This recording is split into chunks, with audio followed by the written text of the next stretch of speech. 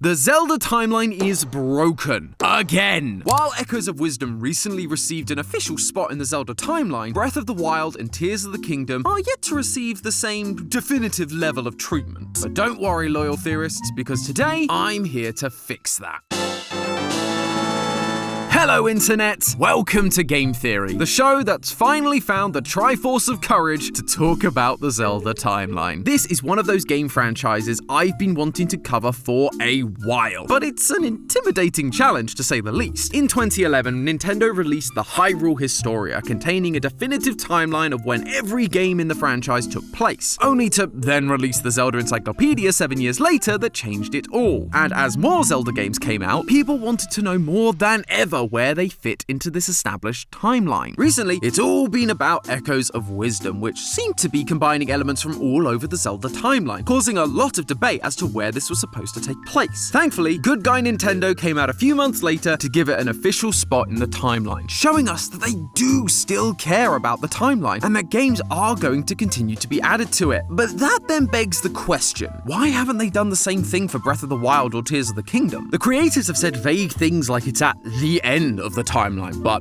which timeline? Then, a few months back, this image was presented at a Nintendo event displaying Breath of the Wild and Tears of the Kingdom to be in its own separate place, not connected to the rest of the timelines, which brought this debate back to the forefront. Which one is it? Is it at the end? Is it separate? Is it so far in the future it's basically separate? Their response? It's up to the player's imagination. What? No, that's not how this works, Nintendo. You can't just say that one set of games are definitively in this one specific place in the timeline, but then for others just say it's up to interpretation. If you're going to be definitive about one, there has to be a definitive answer for the other. And so today, I am going to do what Nintendo won't. I'm going to do what we have done, 3 times on this channel already, and figure out the definitive timeline for The Legend of Zelda. Because actually, I believe there is a solution that can dig Nintendo out of this hole, and set them up for success in the future, while also keeping us, the fans, happy and content with a cohesive timeline. So, let's get started. As a quick refresher, how the timeline currently works is that after a couple of games, we reach the events of Ocarina of Time, and thanks to time travel, the timeline splits into 3. One of those is the child timeline. After Link defeats Ganon, he returns to his original timeline where he was a child, leading to games like Majora's Mask and Twilight Princess. Then there's the adult timeline, the one Link traveled to defeat Ganon, and subsequently left when he returned to the child timeline, leaving this timeline saved, but without a hero, leading to games like Wind Waker and Spirit Tracks. Finally, you have the downfall timeline. This is where Link failed to defeat Ganon, and so Ganon takes over and the world turns to ruin. This is the timeline where games like the original Legend of Zelda, Link's Awakening, and recently, Echoes of Wisdom take place. According to Nintendo, it sits right here, after Triforce Heroes, but before the original Legend of Zelda. Fun side note here, I actually had a whole theory written about the timeline placement for Echoes of Wisdom months before this announcement, and actually, I came to the same conclusion. Look, here's the script starting date, and here is the line about its placement. Alas, that theory will never see the light of day now, but I am happy that this placement from Nintendo makes a lot of sense. Echoes of Wisdom uses the same map as A Link to the Past, just expanded, which is one of the 2 maps the Downfall timeline uses constantly. Areas from A Link to the Past like the Desert Palace, the Swamp Palace, and the Eastern Palace are now withered, aged, and broken archaeological sites. You've also got the echo of Blue Pig Ganon, which implies the main villain, Null, has seen this Ganon before in order to make an echo in the first place, and that version of Ganon only really shows up in the Downfall timeline. And finally, the Triforce, although it's not called that in this game, still has 3 pieces, whereas after the Era of Decline and by the time of the original Legend of Zelda, the 3rd piece has been lost for so long that some don't even believe there to be a 3rd piece. So, Nintendo clearly did their homework, and now Echoes of Wisdom is solidly part of the Zelda timeline. But now, let's take a look at the real problem children in this timeline, Breath of the Wild and Tears of the Kingdom. As I mentioned earlier, there's a bunch of comments about it being at the end of the timeline, and in the Creating a Champion lore book from Breath of the Wild, it also places Breath of the Wild 10,000 years into the future. And for a long time, this actually made a lot of sense to us here at Theorist. We did a whole theory about how Breath of the Wild was at the end of the timeline like we've been told, but rather than it being of just one timeline, it was of all 3 converging back into weaker one thanks to Hyrule Warriors, allowing it to remain at the end of the timeline and far in the future, but also allowing for all the weird elements from multiple different games, like rock salt existing, which implies that the land was once completely flooded like it does in the adult timeline, the Zora and Rito being able to exist side by side rather than one evolving from the other, and the Mirror of Twilight existing alongside Lynel's and Korok's. It all made sense. However, unlike Echoes of Wisdom, Nintendo has still refused to put Hyrule Warriors into the canon timeline, which means the timelines haven't converged, and so Breath of the Wild has to take place at the end of just one of them, which doesn't make a whole lot of sense to me personally, but not only did they refuse to converge the timelines canonically, they then doubled down with the direct sequel Tears of the Kingdom. This thing is filled with so many contradictions, it not only ruins its own placement in the timeline, but also ruins the established order of the current confirmed timeline as we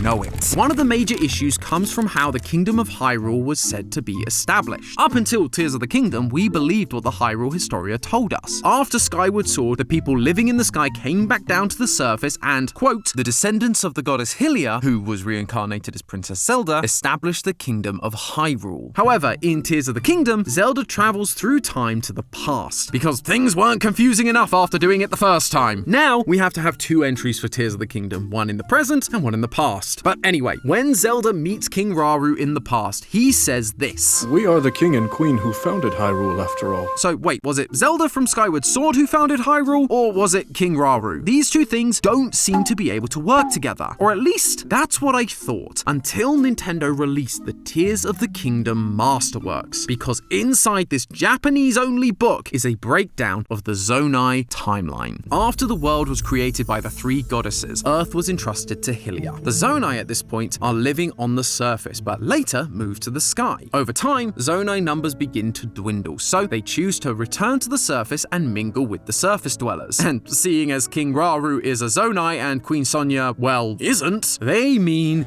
mingle. That, my friends, opens up a tiny window of opportunity for things to work out. Notice how the Hyrule Historia says the descendants of Princess Zelda established the Kingdom of Hyrule, not Zelda herself. At the end of Skyward Sword, Zelda and Link begin to build life on the surface. These are the first Hylians, and wouldn't you know it, Sonia is a Hylian herself. She also has markings on her body depicting Sheikah eyes and the Triforce, all things that reflect the history of the people from Skyward Sword, her ancestors. She is one of those descendants that the Hyrule Historia talks about. That would mean that Skyward Sword happens between the Zonai living in the sky and returning to Earth. Then, when the Zonai return to the surface to repopulate, they would run into these Hylian descendants and mingle with them, eventually establishing Hyrule and leading to the events of the past in Tears of the Kingdom. But if that's true, why do Rauru and Sonia not recognize the names Link or Zelda? Link?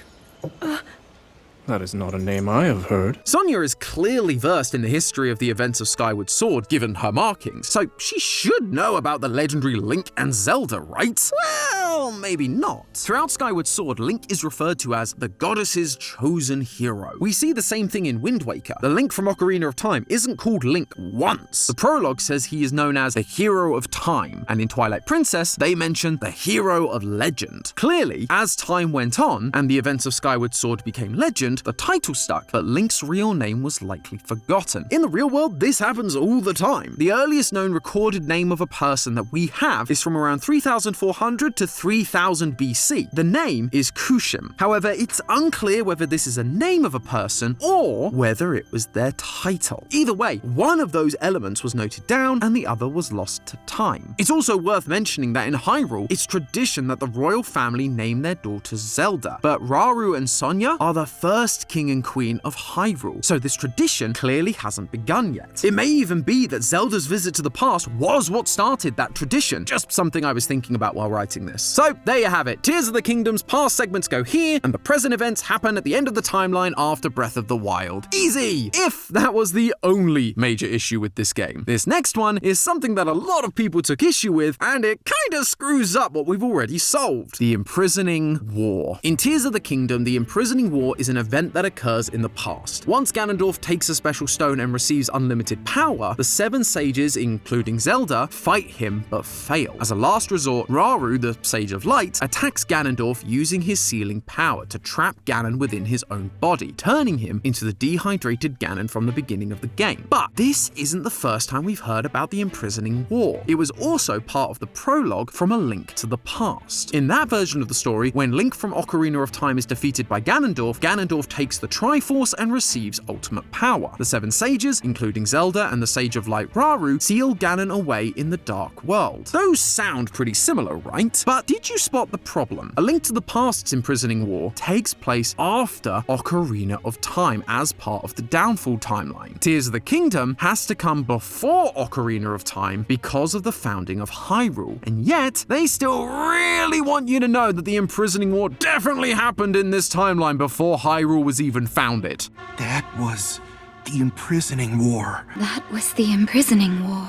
So that was the Imprisoning War. I wondered if maybe we just needed to move the Imprisoning War to an earlier point in the timeline, just to correct for Nintendo's mistake. Or maybe there had always been 2 Imprisoning Wars, much like we've had 2 World Wars. They just happen to be called the same thing because they depict similar events. But even with those seemingly simple fixes, it creates more problems. Like, how is there a dehydrated Ganon living beneath Hyrule throughout the entire Zelda timeline, and yet other Ganons are constantly resurrecting? Ganon has to be slain to be resurrected, and that just hasn't happened, making the past events of Tears of the Kingdom unable to occur early in the timeline. There's also the existence of the Rito in both the present and past of Tears of the Kingdom. The first time we saw the Rito was in Wind Waker. They looked more human than bird and were descendants of the Zora, evolving after the Great Flood in the adult timeline. The Rito in Breath of the Wild and Tears of the Kingdom, however, are drastically different, now looking way more like birds than humans. This might just seem like they evolved over time, but then we meet the same Rito in the past of Tears of the Kingdom, and they exist at the same time as the Zora they evolved from. What? The only possible explanation I could come up with was that these bird-looking Rito followed Raru's lead and mingled with the Zora, creating hybrid Rito, which is what we see in Wind Waker, and then just basically piecing out like the Gerudo did in the Downfall timeline. Still around somewhere, we just don't know where. But as you can imagine, I'm not particularly pleased with that answer, and I'm sure you guys aren't either. I kind of understand why Nintendo has been so coy about this whole thing. Any possible explanation feels like we're clutching at straws. Even the catch-all, it's so far into the future idea has holes in it. It seems like all Nintendo wanted to do was make some cool games, and they ended up digging themselves into a hole that is now impossible to get out of. And so now they're just sweeping it under the rug and hoping it goes away. But then when you release another new game like Echoes of Wisdom and then almost immediately put it on the official timeline, it shows that you are still thinking about it, that there is an answer here. Look, I get it. The timeline is a delicate balance. Before they released it, we'd never even considered the possibility that Link could canonically die in Ocarina of Time to create a branching path. Wait a minute, why is that the only death that we consider canon? I know Ocarina of Time is one of the most beloved games in the franchise, and obviously it's hugely important for the timeline, but if Nintendo has told us that failure is canon in one game, who's to say failure in other games wouldn't also create new threads of the timeline? In Echoes of Wisdom, Link defeats Ganon, but Ganon's spear then causes Link to fall into the Still World, and so Link fails to restore peace to Hyrule, leading Zelda to become the hero and eventually the events of the original Legend of Zelda as we established earlier. In Breath of the Wild, when Calamity Ganon first attacks Hyrule, Link is defeated and then revived 100 years later, eventually fighting Calamity Ganon again, destroying Hyrule Castle, allowing Gloom to appear, and leading Zelda and Link to find the dehydrated Ganon in Tears of the Kingdom. Link doesn't always succeed, and yet it still leads to previously established parts of the timeline. If Link didn't fall into the Still World, the era of decline might not have happened. If Link beat Calamity Ganon first try in Breath of the Wild, Zelda might not have ever traveled back in time to set the events of dehydrated Ganon in motion. So what if we consider other failures in other games to also be canon? It doesn't have to be Link either. Echoes of Wisdom showed us that other important characters can affect the outcomes. Suddenly, if any game can create new branching paths, then the possibilities for stories suddenly becomes a a lot more expansive. And this mindset, I believe, will not only allow us to place Breath of the Wild and Tears of the Kingdom somewhere in the timeline that makes sense, but it could explain why they've been shown as separated from the rest of the timeline. The prologue to Skyward Sword says, "One dark day the earth cracked wide and malevolent forces rushed from the fissure." This is Demise seeking to rule the world. Now, one thing I've always noticed is how Demise shares a striking resemblance to Ganondorf in the past of Tears of the Kingdom, once he takes the power of the Secret Stone. The imprisoning war that then ensued was fought in the depths underneath Hyrule, with Rauru succeeding in sealing Ganon away. But what if Rauru failed to seal Ganon away? If he failed, Ganon, a malevolent force that wants to rule the world, would have defeated Rauru and the sages and broken out from the underground, causing chasms, rushing out of the depths to destroy Hyrule. This would have led the goddess Hylia to lift the surviving Hylians to the sky, just like we saw in Skyward Sword. Rauru failing to seal Ganon creates a new timeline thread, the main timeline thread, which I'm going to call the Demise timeline. Breath of the Wild and Tears of the Kingdom, on the other hand, play out as we see in-game. This is the thread where Rauru succeeds to seal Ganon, and so it becomes removed from the rest of the timeline. Let's call this the imprisoned timeline. This is why Skyloft and the Zonai never interact in Skyward Sword, because Skyloft being raised into the sky only happens in the Demise timeline where Hyrule and the Zonai were completely destroyed. When Zelda and Link defeat Demise and return to the surface, there's nothing there, and their descendants begin to establish a new Hyrule. It's just been so long that there's no one left that remembers the Hyrule that once was. It's also why there are two imprisoning wars. In the Demise timeline, the first one technically doesn't exist because it failed, but the idea of it was passed down, and so many years later in the Downfall timeline, the seven sages tried once again, and this time they succeeded. Even the Rito makes sense in this version of the timeline. They existed in the past alongside the Zora, and in the imprisoned timeline, they just continued existing. Wind Waker never occurs, and so no mingling with the Zora. But in the Demise timeline, they've hybridized with the Zora in order to survive the mass amount of water now present due to the Great Flood. This new branch can also have an entirely new history that we know nothing about, allowing for things to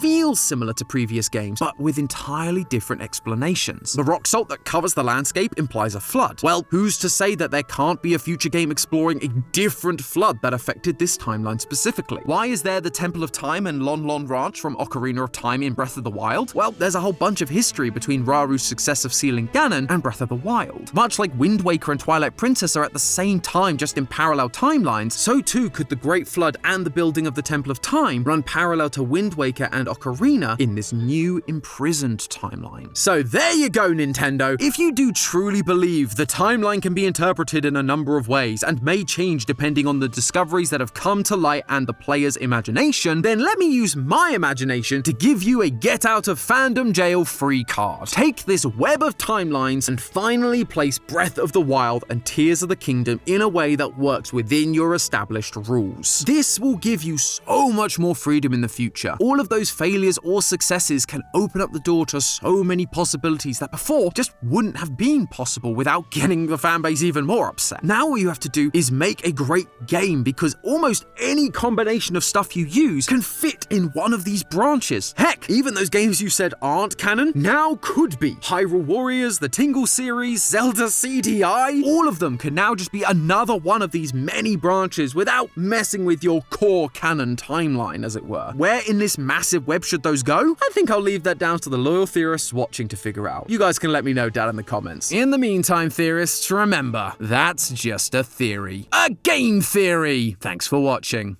And if you enjoyed our deep dive into timelines, check out this video where we explain the entire Minecraft timeline one block at a time. Don't worry, there's no branching paths this time, theorists.